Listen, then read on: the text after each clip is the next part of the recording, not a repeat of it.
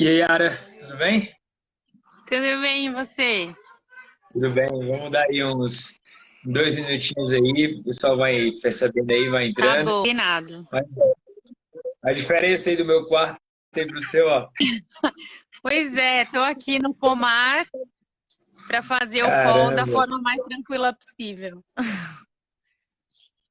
ah, mas que bom.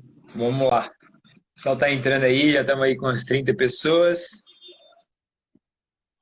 Mas esse não socorre. Que legal. Eu quero jogar Não, socorro. filha, a mamãe vai participar da reunião agora. Não, deixa aí. Ó o tio, dá oi pra ele. Tá, tchau, ó. Com o dedo no nariz, E não, né? aí? Ô? Ó, Deus me livre. Não, ela tava brincando de passar batom, tá toda suja. tá.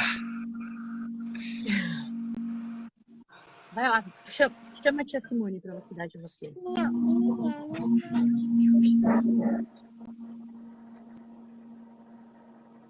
Tudo certo aí?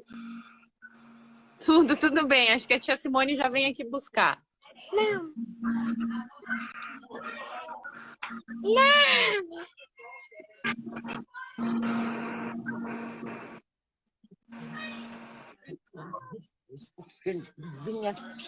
Pronto, tudo certo. Vamos lá, então. Beleza, então vamos começar? Vamos lá. Então, e aí, pessoal, tudo bem? Aqui vamos começar hoje aqui mais uma live aqui do Data Privacy Brasil, que já tem virado comum aqui todas as sextas-feiras, meio-dia, a gente poderia ter algum bate-papo sobre algum tema ligado à privacidade, proteção de dados e à tecnologia e sociedade. Tá? Hoje é um dia especial, né? Hoje é feriado em tese, mas hoje acho que até uma das questões trabalhistas que a gente pode até falar aqui, mas todo dia praticamente parece ser feriado, ser feriado. Eu, pelo menos, estou trabalhando normal, tá? Então não tem diferença. E hoje o nosso assunto é para poder falar exatamente do contexto entre privacidade e proteção de dados e a esfera trabalhista, interesses trabalhistas. Então, para poder falar sobre isso, nós convidamos uma querida amiga aqui, a Yara. A Yara é do Baixo da Luz Advogados. Ela é advogada responsável pela área trabalhista lá. E a gente vai poder comentar algumas das questões aí sobre geral, sobre privacidade no ambiente de trabalho e também já entrando em algumas questões ligadas a esse tempo de coronavírus, esse tempo de Covid, para poder entrar em alguns questionamentos. Mas aí eu queria que, antes de tudo, que a Yara pudesse dar um oi para a galera, pudesse se apresentar, e agradecendo também aqui, porque não só hoje é feriado, como a Yara me disse que hoje é aniversário da filhinha dela, da filhinha, é filha ou sobrinha? A filha, né? A Minha filha. filha, é a mais velha. Nossa, é aniversário da filha dela e ela tá no sítio em Boituva, fazendo inveja para quem tá aqui em São Paulo, apesar desse dia bonito aqui fora, presa dentro de casa, tá? E aí ela vai poder comentar. Yara, por favor. Obrigada pelo convite, Renato. Quero agradecer aqui a oportunidade de compartilhar com vocês um pouco do que a gente tem vivido aí, né, com os nossos clientes, não só na esfera trabalhista, mas também nesse impasse aí em relação à proteção de dados. Realmente estou aqui em Boituva nesse feriado, nessa sexta-feira santa, no aniversário de 4 anos da minha filhinha. E para mim é um prazer estar aqui com você e acolhendo o seu convite. Obrigada. Legal, Yara, legal, muito bom. Bem, eu vou começar logo aqui para colocar fogo no parquinho, tá? Para a galera que está nos assistindo aí. Vamos lá. Coronavírus. Então, a gente tem toda essa questão de pandemia, a gente tem as pessoas que estão, sim, pessoas que podem ficar em quarentena, que podem trabalhar de casa, inclusive, mas tem algumas pessoas, alguns trabalhadores que fazem parte dos serviços essenciais, pelo menos onde tem um decreto que determina que alguns serviços essenciais podem funcionar, que ainda tem que ir para o trabalho. Então, nós temos aí desde pessoas que vão para supermercado, construção civil, que estão até mesmo serviços de segurança, saúde, entre outros, algum de transporte. Primeira pergunta que eu queria colocar para você. Pode o empregador submeter os colaboradores, obrigar os colaboradores, os empregados, a fazer exame, para ver exames mesmo de saúde. Já que a gente está falando de dados pessoais, o exame ele é considerado informação pessoal, né? Então, e que pode estar dentro da esfera da privacidade da pessoa. A pergunta é, pode ele, então, obrigar a pessoa, condicionar a entrada da pessoa no ambiente de trabalho à realização desses exames? Eu queria saber a sua opinião por isso, por favor. Claro, claro. A princípio, não. O empregador não pode obrigar o empregado a participar ou se submeter a qualquer tipo de exame médico. Até tem a lei do coronavírus, né, que é de fevereiro agora, desse ano de 2020, que fala que essa determinação compete ao Ministério da Saúde ou à Organização da Saúde. Então, se a pessoa trabalha num hospital, sim, é porque ela pode contaminar outras pessoas e até outros pacientes. Mas o que a gente tem visto é que para as empresas, ou para os empregados que lidam diretamente com o público, tem sim um precedente de que é possível fazer esse exame, mas esse exame tem que observar alguns critérios muito específicos. O primeiro deles é realmente a privacidade do empregado. Então, o empregado, se for submetido a qualquer exame, o que é mais comum, que de alguma forma respeita esse tipo de privacidade, é a aferição de temperatura, não é nenhum tipo de exame invasivo. Então, nesse caso, o empregador submeteria ou solicitaria para o empregado participar desse exame numa sala separada das outras pessoas, de preferência por um médico do trabalho e não por qualquer um, porque o médico, enfim, ele tem o dever de sigilo. E aí, com a aferição da temperatura, se for constatado que ela está com febre ou que tem suspeita de coronavírus, mais uma vez a privacidade tem que ser preservada e as informações não podem ser circuladas. Então, não pode ser divulgado o nome do empregado, por exemplo, contaminado. Então, sim, é possível, quando tiver risco para os outros colaboradores, né, e para o público, quando tiver um grau de transmissão, né, de convívio muito alto, então que as pessoas trabalham muito perto uma da outra, ou tem atendimento ao público, como no caso do supermercado, por exemplo. Legal, legal. Mas vamos lá, vou estressar um pouco ainda. Eu sou o tipo de cara, eu sou o chato da proteção de dados. Então, por exemplo, quando eu chego num prédio e pedem para tirar foto, eu não deixo. Eu pergunto, por que você precisa tirar minha foto? Eu não deixo. Nunca deixo, eu sou chato. Eu não dou meus dados em hotel. O hotel pede, eu falo, só dou meu dado que é obrigatório. Nada, eu sou chato. Então, quase uma vez me deixavam ficar em hotel. Por que eu trago isso? Duas questões. Pode o empregado, ele simplesmente dizer, olha, o empregador vai chegar, ó, vou fazer o exame, tem a maquininha lá, o exame de temperatura, vou medir essas temperaturas. Isso. E aí o cara vai lá e diz, olha, não quero me submeter a isso. Primeira pergunta é, pode o empregado se negar? E segundo, caso ele se negue, o que é que pode ser feito? Quais são as eventuais consequências ou melhores práticas com relação a isso? Tá, hoje, né, considerando a transmissibilidade desse coronavírus, na verdade o interesse coletivo ele se sobrepõe sobre o interesse individual. Então, se ele se nega a fazer, o empregador pode mandar ele para casa e, de alguma forma, dar algum tipo de licença remunerada ou dar férias, enfim, porque ele não pode colocar outras pessoas em perigo e em detrimento de uma pessoa que não quis submeter a esse exame. E aí, se essa pessoa tiver, eventualmente, suspeitas reais de contaminação, o ideal é que as autoridades sejam informadas para que aí sim o Ministério da Saúde ou uma organização médica obrigue ele a fazer. Agora, o empregador não tem essa competência de obrigar ele a participar desse exame e para aferir a temperatura. Isso não cabe ao empregador. Ele pode sim falar, olha, em razão desse momento de problema, de crise, eu quero preservar os meus empregados, os meus clientes, então é de bom tom que a gente faça esses exames. E, enfim, tá todo mundo no mesmo barco, vamos superar isso junto. Então, esse seria o discurso. Agora, se um deles se nega a fazer, não cabe ao empregador punir por isso. O direito de privacidade tem que ser preservado. Legal. Então, falando do cara que entende de privacidade, mas é leigo total em direito de trabalho. Caso ele se negue, ele pode eventualmente ser demitido por isso? Ele pode ser demitido, mas não demitido por justa causa. Porque o Tá. empregador, ele pode escolher quem ele quer trabalhar e não. Então, é um poder potestativo dele. Ele pode escolher se uma pessoa fica ou não. Agora, o que não pode acontecer é uma dispensa por justa causa. Entendi, né? Então, o pessoal, então eu tô chegando lá, eu, Renato, chato, o cara que se nega a fornecer qualquer tipo de informação sem que haja uma justificativa adequada, proporcional e necessária. Eu digo, ó, você não vai fazer, Tá, você não vai colocar. Você já deve ter visto, tem até supermercado aqui em São Paulo agora que condiciona a entrada no mercado à medição da temperatura. Tem um aqui no Jardins que, inclusive, está sendo feito isso. Então, eu, Renato, vou lá, digo, olha, não, você não vai medir temperatura. Tá? Por quê? Porque eu não quero. Porque eu não quero, eu simplesmente não quero, eu trabalho com isso. E aí o empregador vai lá e fala, então, beleza, então você não pode vir trabalhar hoje. Olha aí, Thiago Bravo. apareceu de novo. É, aí, então, o empregador, no caso, pelo que eu estou entendendo, então ele pode proibir a entrada. Ele vai dizer, Renato, então você não Sim, pode entrar hoje no meu estabelecimento. Então ele proibiu minha entrada. E aí ele vai dizer, então você vai para casa e você vai, por exemplo, no nosso caso, a gente tem a sorte de conseguir trabalhar à distância. Muita gente não consegue.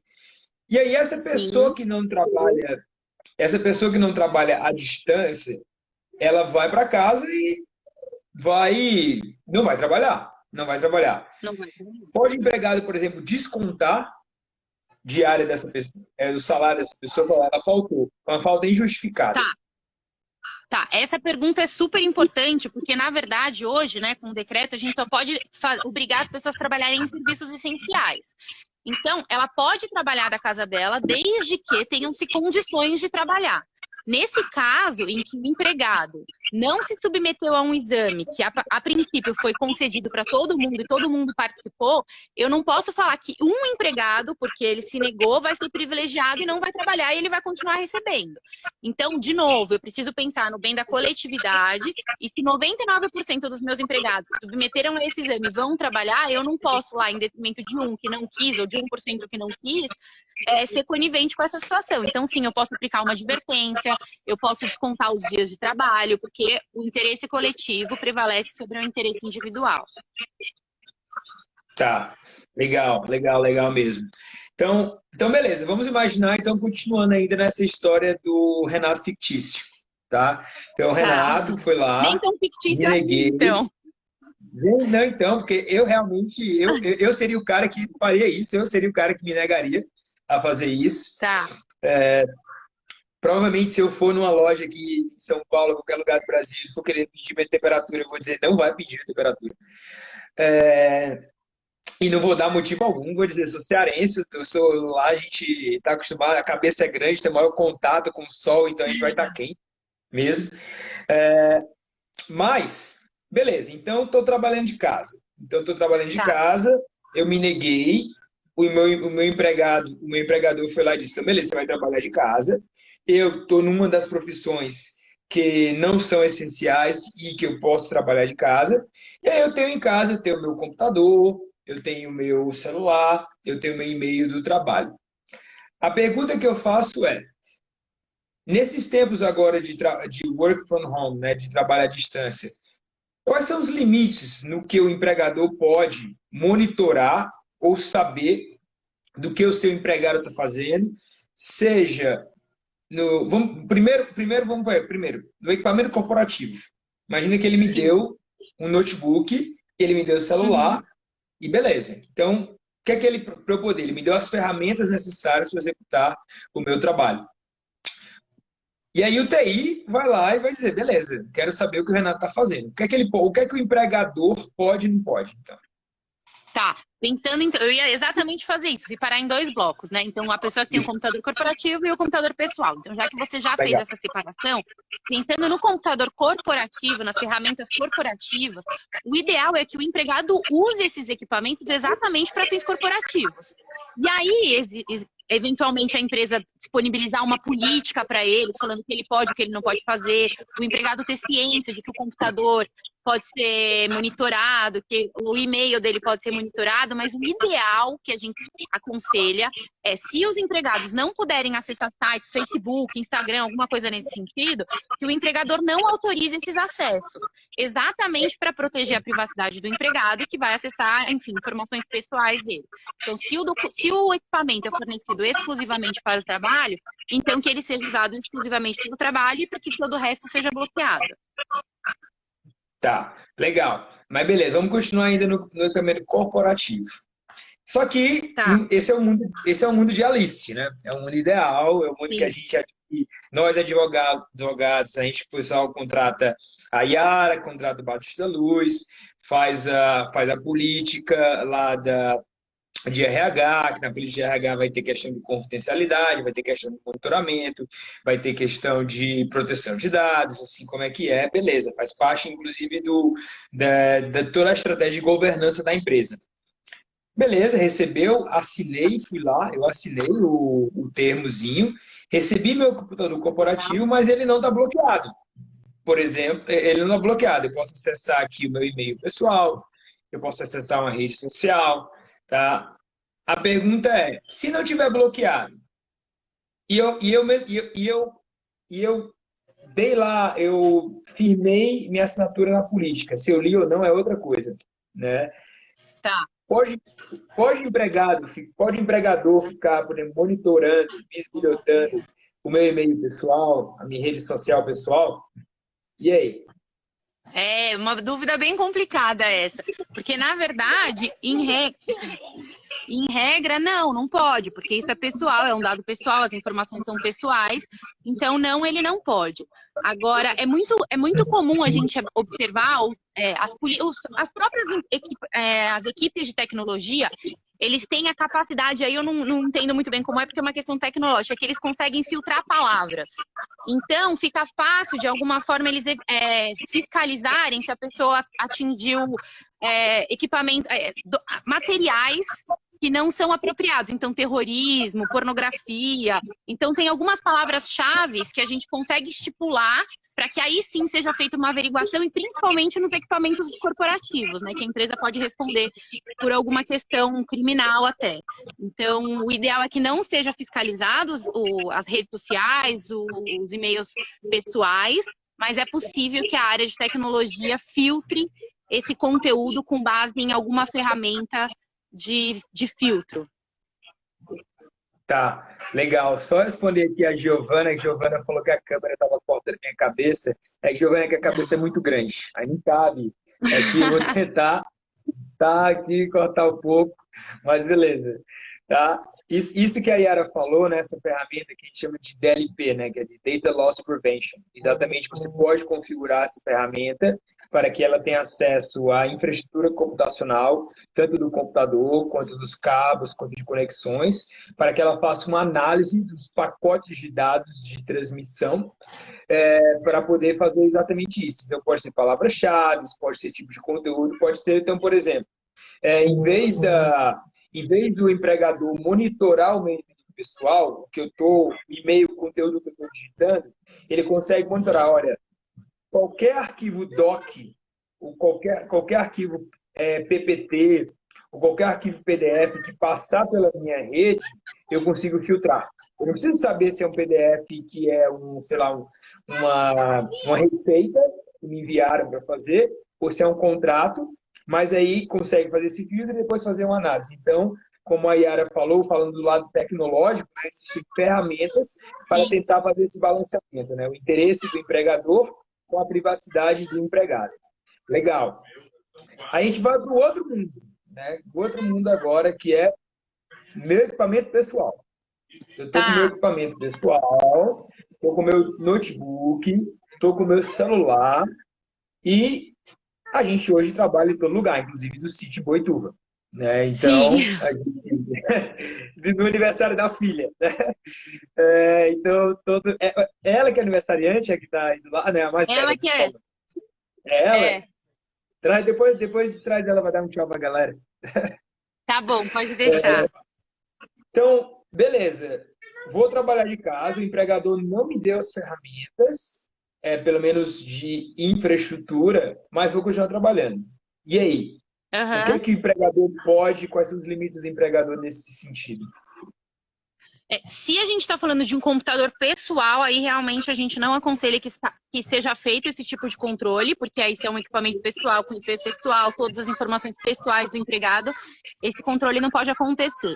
Inclusive, se ele acessar o computador, o e-mail corporativo da empresa, esse e-mail sim precisa ter filtros adequados e inclusive com essa capacidade técnica aí de averiguar as palavras que são trocadas, mas os softwares disponibilizados no equipamento pessoal, as informações que são salvas no equipamento pessoal, não, porque aí realmente é um dado pessoal, um equipamento pessoal que não deve ser fiscalizado.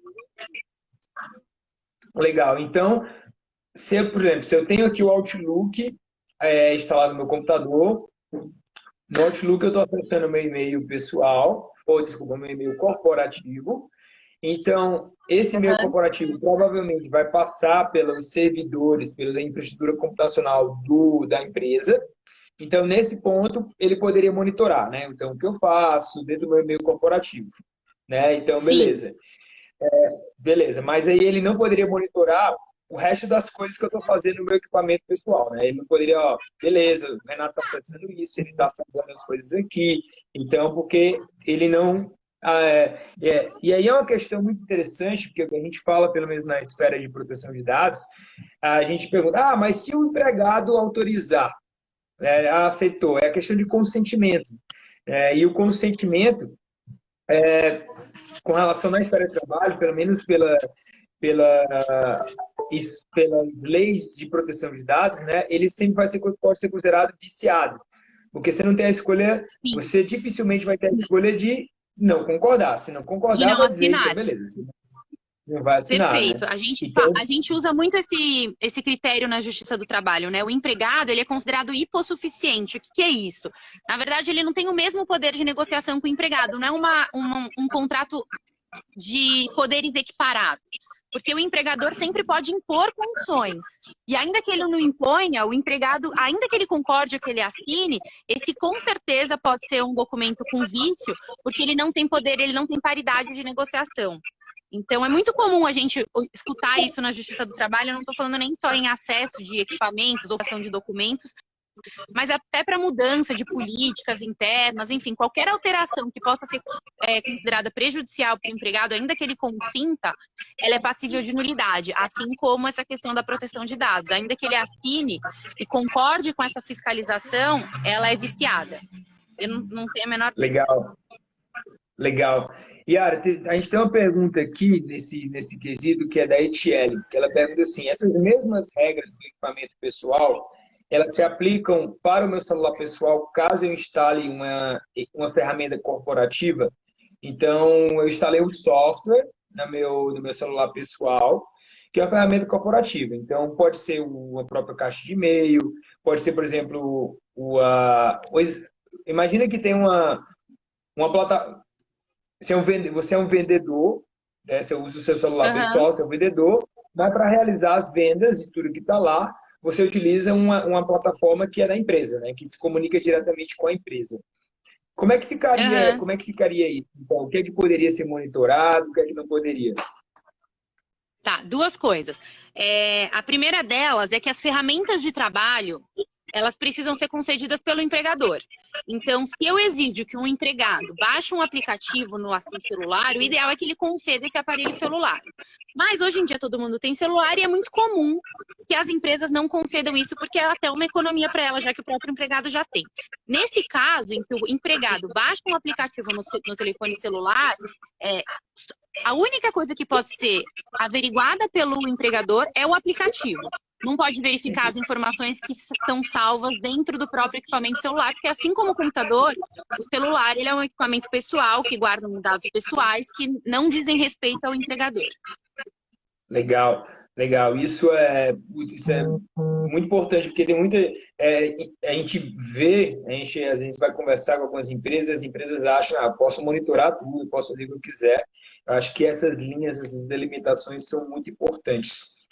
E eu vou falando um pouco e aí eu vou um pouco dos limites, eventualmente, do que o trabalhador, do que o empregador pode ter aqui. Então, a questão que muitas vezes vem, que tem uma interseção muito forte com dados pessoais, é na questão da contratação, tá? Então, Tá. na contratação, eu vou lá e na contratação o empregador, ele quer checar os antecedentes do candidato, né?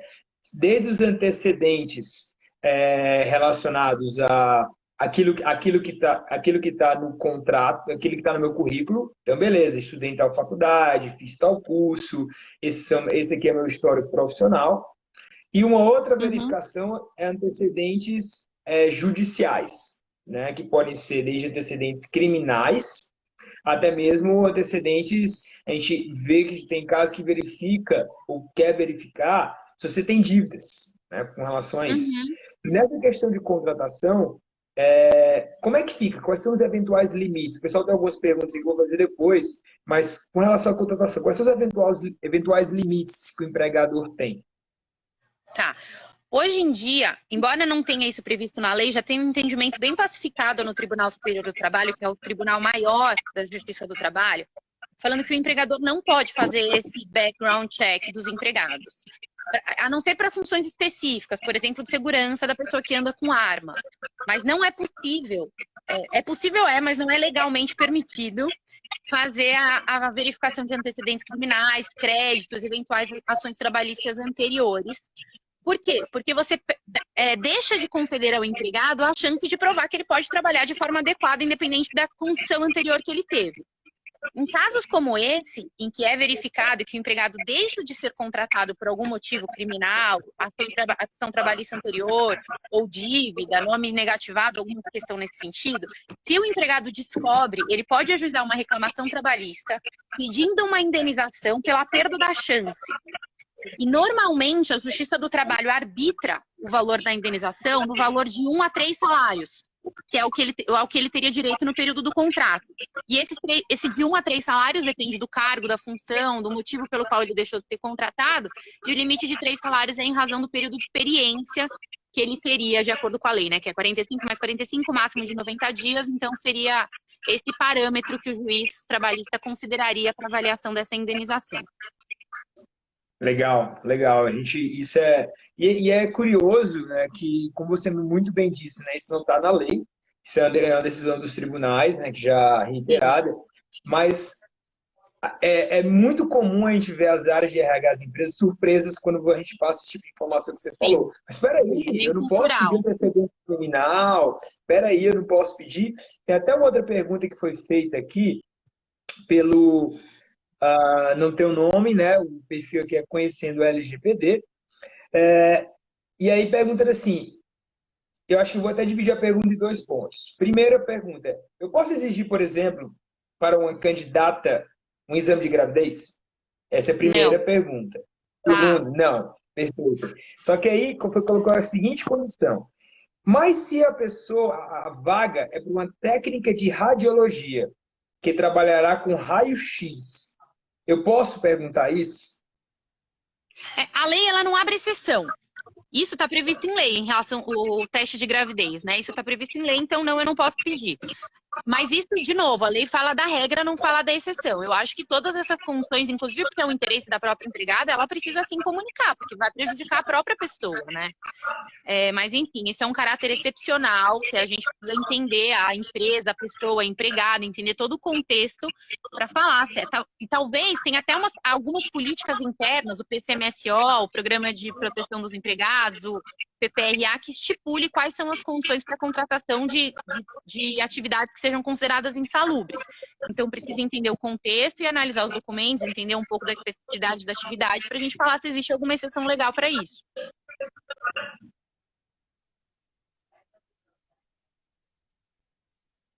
Yara? Oi, tô aqui. Aqui deu uma cortada aqui, tá. Legal. Mas aí, ainda nessa linha aqui, o pessoal tá vendo várias perguntas sobre isso, tá? Tá.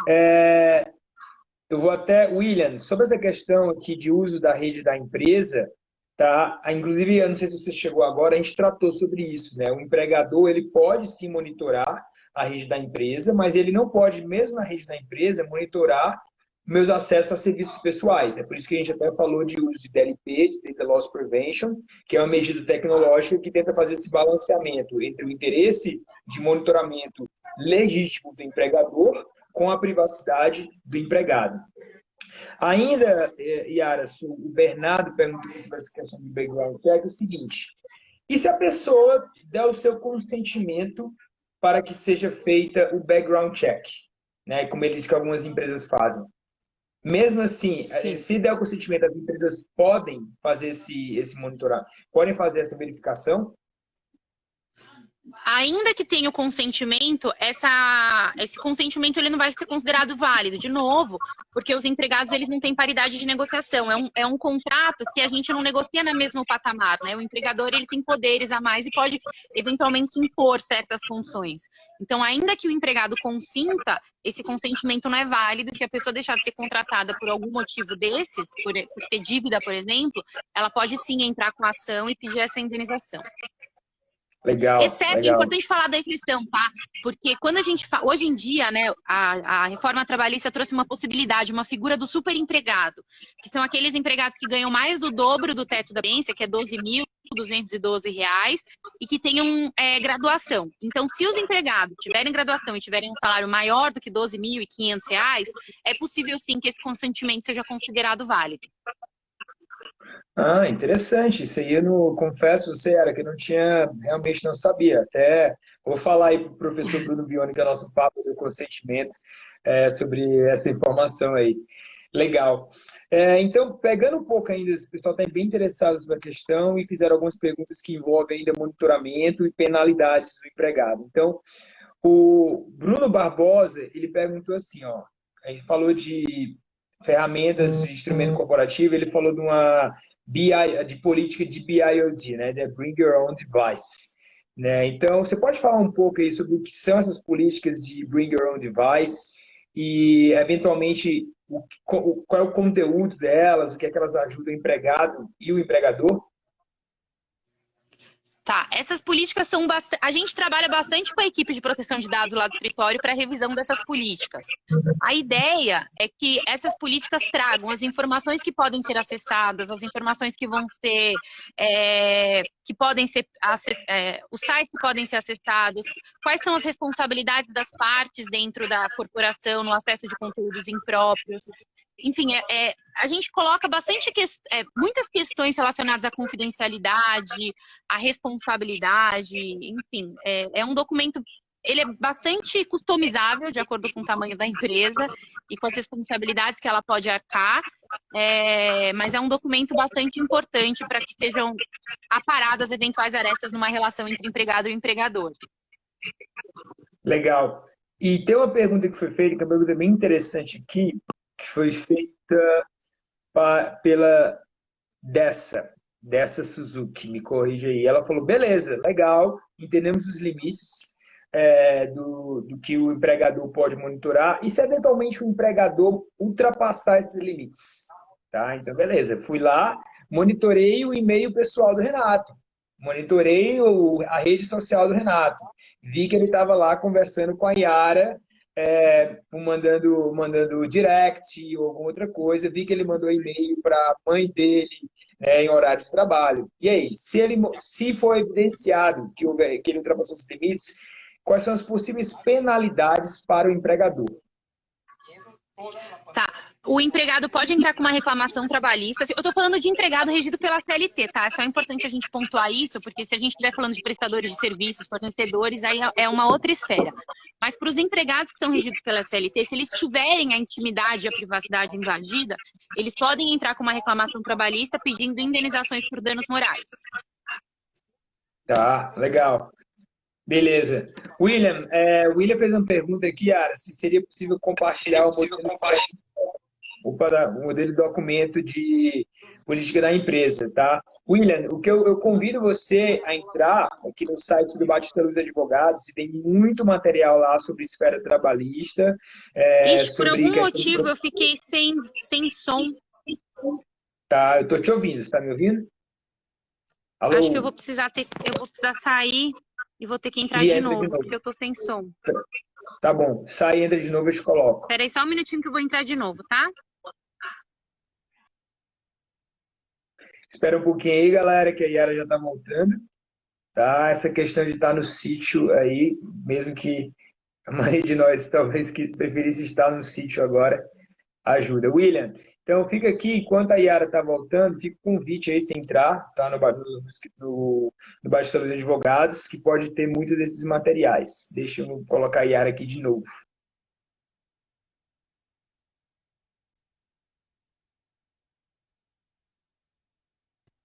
Oi. Yara, você pode, o William está perguntando, já que ele consegue achar no site do escritório, material do escritório, sobre essa questão de produção de dados trabalhistas. Você quer falar para o pessoal um pouquinho? A gente tem bastante material disponibilizado lá no site do escritório. Acho que vale a pena, talvez, se ele puder mandar um e-mail pra gente, a gente compartilha com ele o que a gente tem. E aí, se ele precisar de ajuda, a gente ajuda, claro. Vai ser um prazer aí ajudar. E qual é o site aí, só para falar para a galera? baptistaluz.com.br. Legal. Será que eu consigo Legal, eu escrever tenho... aqui? Tá, enquanto você fala aí, eu escrevo para a galera. Porque eu tenho ainda mais umas duas perguntinhas para você, que a gente tem mais 10 minutinhos. Beleza, Tá bom. vamos voltar aqui para... Beleza, obrigado. Vamos voltar aqui para Corona. Tá? Vamos voltar para coronavírus, para Covid-19. Legal. O empregado testou positivo para Corona. Dá tchau pro pessoal, ó. E aí? Ó, essa é aniversariante. Tá, parabéns. E quem é a amiguinha aqui? Vai lá, Lili. A mamãe já vai lá. Rapidinho, só um pouquinho. Desculpa, gente, é que elas estão carentes. Ah, legal. Mas então vamos lá, para você já ir, mais 10 minutinhos para você ir lá. Tenho duas perguntas aqui. Imagina. O Obrigada. empregado foi lá e testou positivo para corona. Testou positivo para Tá corona e informou isso ao empregador, até porque ele teria que justificar a sua ausência, né? Ele teria que ficar 14 dias em quarentena, que é a recomendação dada pelo Ministério da Saúde e pela OMS. Tá O empregador, de posse dessa informação, acho que a primeira pergunta que eu vou fazer para você é a seguinte: ele pode divulgar essa informação? Ele pode, por exemplo, olha, o Renato, ele pode informar para a empresa, para os outros empregados, até para tentar a questão de distanciamento social. Ele pode informar o Renato. Eu queria saber. Tá. Na verdade, é uma obrigação do empregador falar que teve um caso de corona, né? Porque ele precisa preservar todos os empregados, os familiares, enfim, todo mundo que está ao redor. O que não pode é divulgar o nome da pessoa contaminada, para não expô-la e não gerar nenhum tipo de discriminação, nenhum tipo de comportamento que não seja agregador, né? A ideia é manter a privacidade de todo mundo para que a gente mantenha um ambiente de trabalho saudável, amigável com todas as pessoas. Então, sim, a gente tem que comunicar que teve um caso positivo, mas não divulgar o nome do colaborador infectado. Legal, boa. Até porque eu já vi, infelizmente, já vi isso acontecer. Tá? Até na nossa Faria Limer aqui, nossa Faria Limer em São Paulo aqui no mercado financeiro, a gente já viu, inclusive, sair em jornal. Né? Então, isso já aconteceu. Nossa, o nome da Beleza. pessoa? Sim, lá no... eu não vou nem dizer onde isso aconteceu, porque senão todo mundo aí acaba com a anonimização, né? Com a anonimização dos dados pessoais, mas eu vi acontecer, saiu o nome, aqui em São Paulo saiu o nome especificamente da pessoa, no jornal. Nossa! Mas, beleza. Então, beleza, o empregador não vai divulgar, né, o nome da pessoa, não vai divulgar, vai informar que houve um caso de teste positivo, mas ele está com a informação consigo. A pergunta é para você. Tá? A gente vai, galera, para já aí, ó. E quem na empresa... Quem na empresa pode acessar essa informação? Quem na empresa pode ter acesso a essa informação? E segundo, é obrigação da empresa informar as autoridades sanitárias e de saúde que teve um caso, e nesse caso, se ela tiver a obrigação, tem de informar o nome da pessoa e endereço e mais dados da pessoa?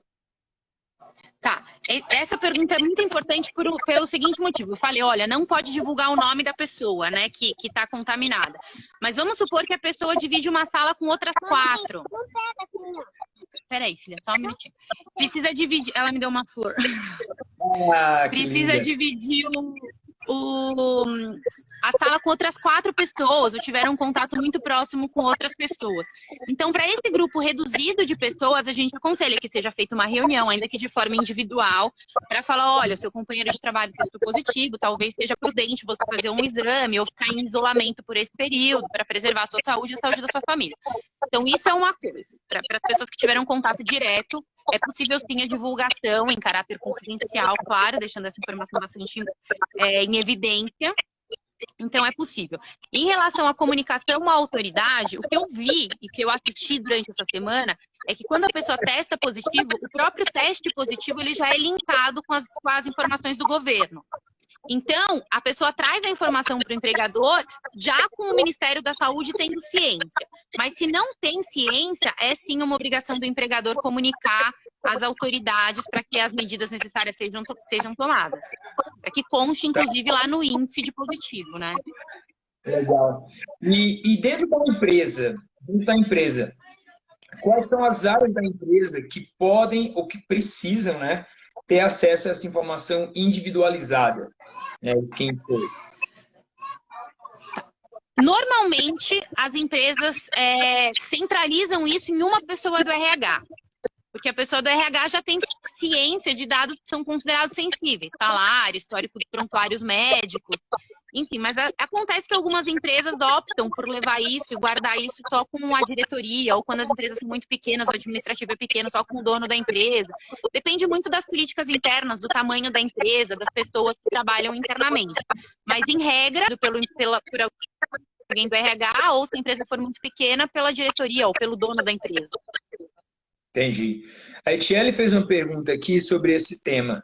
E se a empresa ocultar, né? Imagina que a empresa, ela não vou ocultar essa informação porque eu tenho medo até de reputação, imagem, alguma outra coisa.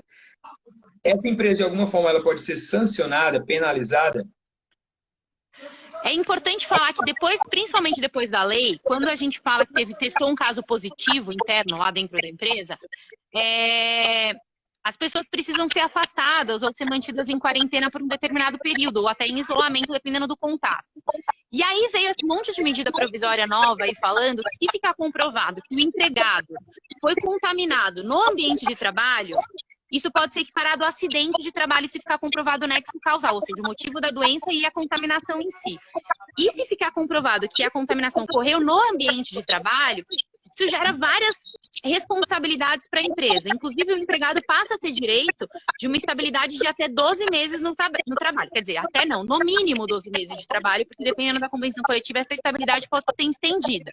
Além da estabilidade no emprego, o empregado vai passar a receber um benefício previdenciário, então o empregador pode ser acionado numa ação de regresso para pagar os benefícios previdenciários para reembolsar o INSS.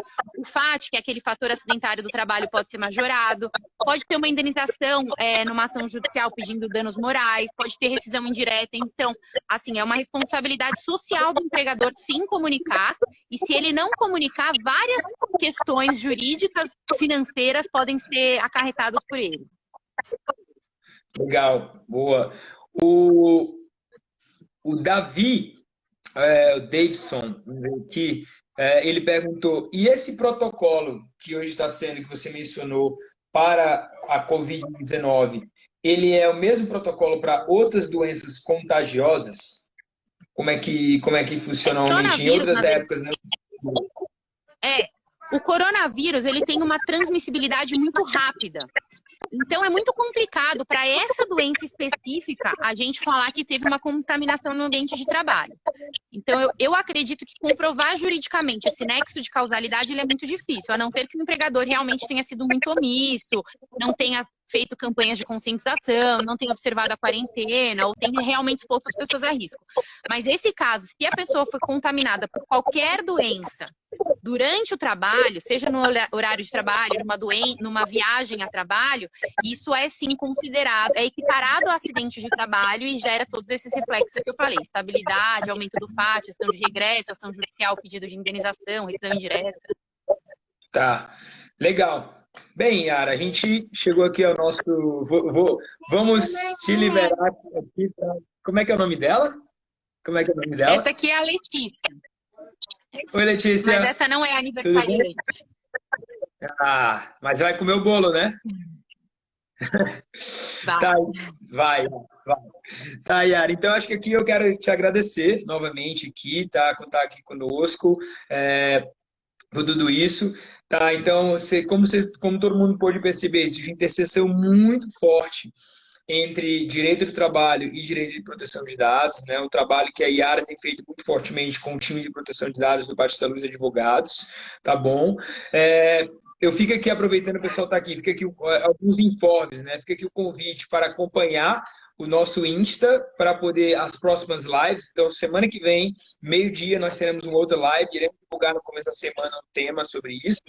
E também aqui uma novidade, a gente vai lançar agora em maio, no dia 13 de maio, nós teremos um módulo complementar, que será, não é ainda trabalhista, é um módulo complementar sobre investigações criminais e proteção de dados, com a professora Jaqueline Abreu, e ela vai mencionar muito do que está acontecendo hoje, questões de proteção de dados, limites de vigilância do Estado, mas que as repercussões na esfera criminal. Tá bom? Acho que a Yara, ela passou aí nas mensagens o endereço do site do Batista Luz Advogados. Quem quiser entrar lá, mandar mensagem para a Yara, tudo, fica aqui. Tá beleza? Yara, obrigado a todo mundo. Curtem o resto do feriado, curtam aí no limite a sua quarentena e aí fica o último recado. Fique em casa, galera. Valeu, obrigado. Obrigada pelo convite, Renato. Obrigada, pessoal. Fico aqui no aguardo do e-mail de vocês lá no Batista Luz Advogados. Obrigada pelo convite e até a próxima. Valeu. Ótimo. Tchau.